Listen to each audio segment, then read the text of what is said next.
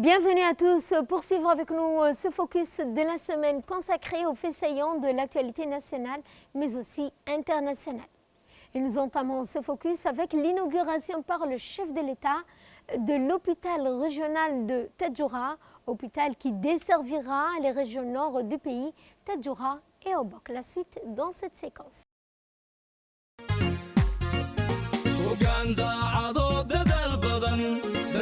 جيرو دلقاد وعن لدقي كارينو دكتوني ليه لدكي حشيبا كدير سادايه لدكي حشيبا كدير سادايه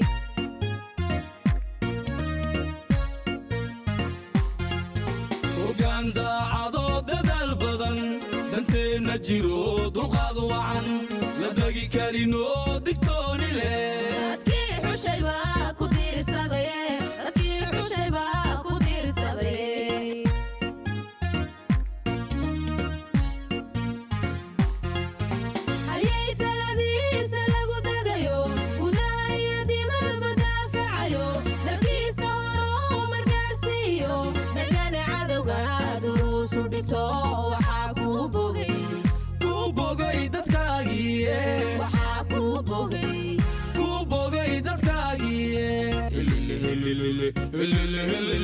وحاكو بوغي دتكاغي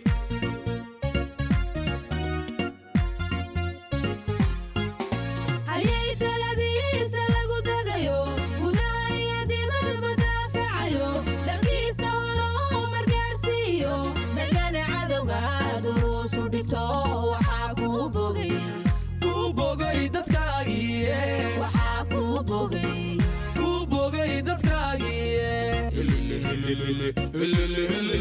وحاكو بوغي دتكاغي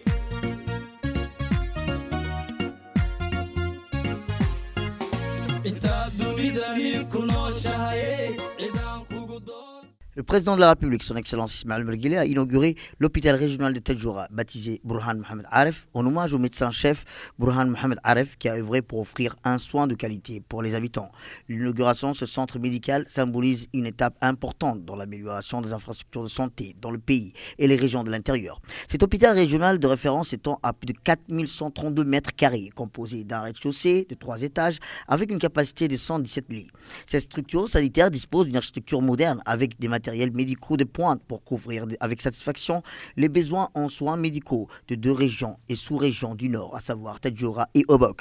L'hôpital régional Burhan Mohamed Aref est composé de différents soins médicaux polyvalents, notamment les services d'urgence, la maternité, les blocs opératoires, services néonatal, une pharmacie, services radiologie, laboratoire, salle de soins intensifs. L'inauguration de cet hôpital est équipé de technologies modernes, de services spécialisés visant à offrir des soins de qualité aux habitants de Tadjoura et des environs pour renforcer l'offre de soins dans la région du Nord. Ces projets hospitaliers est le résultat d'efforts soutenus et d'un travail acharné depuis le lancement des travaux de construction le 26 mars 2022 par le chef de l'État, son Excellence Ismaël Merguele. L'inauguration de cette infrastructure hospitalière de référence dans la région du Nord est une parfaite illustration de la vision du chef de l'État.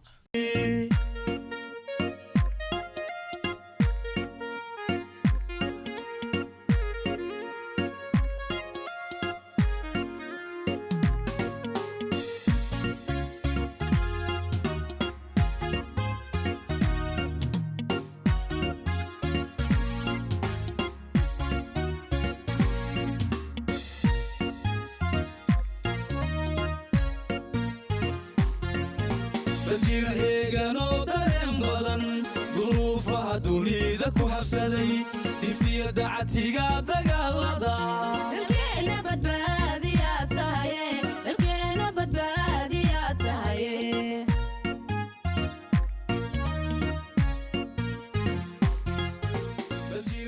Également dans l'actualité, le chef de l'État Ismaël Merguele a présidé la cérémonie de commémoration du 75e anniversaire du front djiboutien.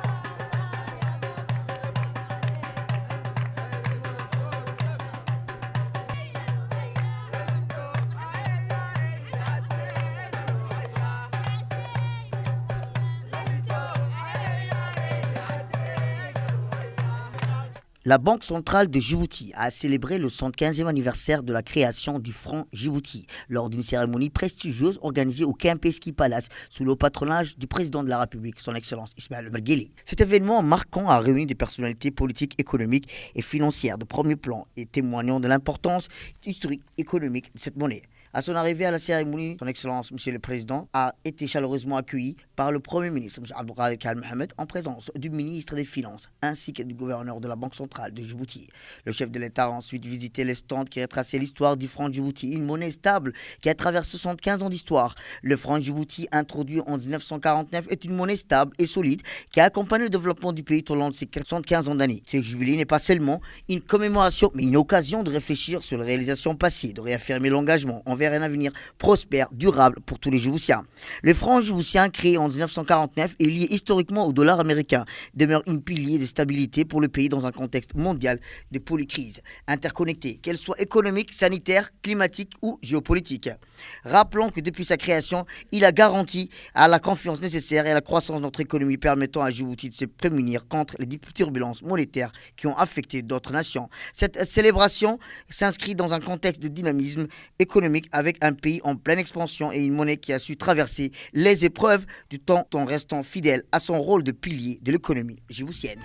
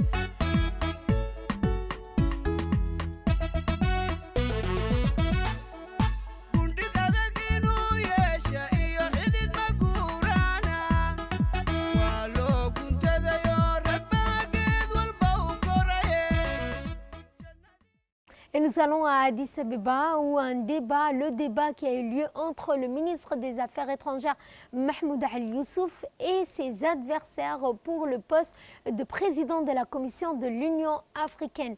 Débat qui s'est tenu au siège de l'Union africaine. L'édition 2024 de Majola Africa s'est imposée comme un événement marquant, révélateur des enjeux cruciaux qui traversent notre continent à l'heure où se profile l'élection d'un nouveau président de la Commission de l'Union africaine. Ce débat qui s'est tenu le 13 décembre dernier au siège de l'Union africaine à Addis Abeba a captivé l'attention d'un public avisé, tant en République de Djibouti que parmi la diaspora grâce à une diffusion en direct sur divers médias. Trois figures éminentes se sont affrontées sur le plateau, à savoir Mahmoud Ali Youssouf, éloquent ministre des Affaires étrangères de Djibouti, Raila Odinga, ancien Premier ministre du Kenya, et Richard, ancien ministre des Affaires étrangères du Madagascar. Chacun, armé de son expérience, ses ambitions, a eu l'opportunité de partager sa vision pour un continent en quête de renaissance, façonnant ainsi un discours en adéquation avec l'agenda de développement continental 2063. Le format du débat conçu pour favoriser l'interaction et l'échange a permis d'établir un dialogue fécond entre les candidats et le public. Sous l'égide d'un panel indépendant représenté par l'ambassadrice d'Éthiopie, les questions ont été soigneusement élaborées en 4 volets, abordant des thématiques essentielles telles que la paix, la sécurité, la gouvernance démocratique et l'intégration économique. Ce cadre a permis à chaque candidat de dévoiler ses propositions tout en répondant aux préoccupations pressantes des citoyens africains.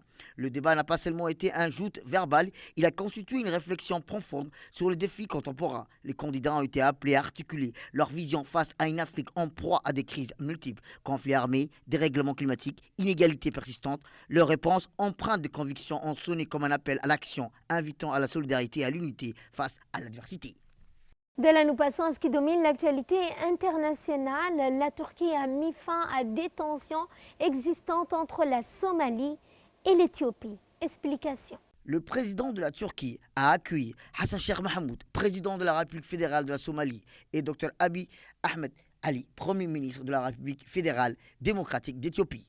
La réunion, qui s'est tenue dans une atmosphère cordiale, a permis une discussion franche et constructive. Les dirigeants de la Somalie et de l'Éthiopie ont réaffirmé leur respect, leur engagement envers la souveraineté, l'unité, l'indépendance et l'intégrité territoriale de l'autre, ainsi que les principes consacrés par le droit international, la Charte des Nations Unies et l'acte constitutif de l'Union africaine. Ils ont convenu dans un esprit d'amitié et de respect mutuel, de renoncer, de laisser derrière eux les divergences et les questions litigieuses, d'aller de l'avant de manière coopérative pour poursuivre une prospérité partagée. La Somalie reconnaît les sacrifices des soldats éthiopiens au sein des missions de l'Union africaine. Ils ont reconnu les divers avantages potentiels qui pourraient être tirés et l'accès assuré à l'Éthiopie à la mer, tout en respectant l'intégrité territoriale de la République fédérale de la Somalie.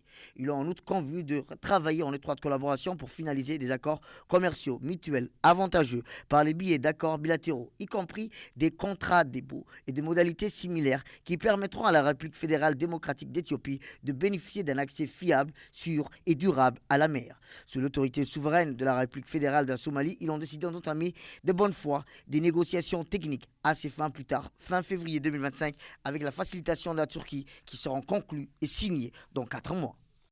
À Gaza, cette fois, l'UNICEF donc appelle à l'action alors que les enfants sont exposés aux pires horreurs. Au moins 52 Palestiniens ont été tués dans une attaque israélienne dans la bande de Gaza au cours des dernières 24 heures, portant le bilan total des morts depuis l'année dernière à 45 000. Les forces israéliennes ont tué 52 personnes et ont blessé 203 autres dans 7 massacres.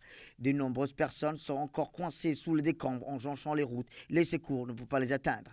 La deuxième année du génocide de Gaza suscite une condamnation internationale croissante. Les responsables et les institutions qualifiant des attaques et le blocage empêchant les livraisons d'aide, des tentatives délibérées de détruire une population. Le mois dernier, la Cour pénale internationale a émis des mandats d'arrêt contre le Premier ministre israélien Benjamin Netanyahou et l'ancien ministre de la Défense Yoav Gallant pour crimes de guerre, crimes contre l'humanité à Gaza. Israël a également accusé de génocide devant la Cour internationale de justice pour sa guerre meurtrière contre Gaza. Et pour clore ce focus, nous allons parler de cette révolution robotique qui se passe en Afrique. La suite dans ce commentaire. En 2024, la robotique a encore fait de nouveaux pas vers l'avant. Jadis, gadgets de films et science-fiction, les robots intègrent désormais la vie quotidienne des humains. Ces machines aux aspects humains subsistent à l'homme dans bien des domaines, de la santé à l'industrie, l'hôtellerie, en passant par la logistique ou encore le service client.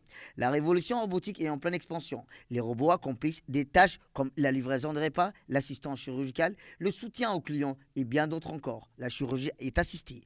La robotique est au cœur des sciences. Et c'est ainsi que se referme ce focus. Merci à vous de nous avoir suivis. Excellente fin de semaine à toutes et à tous.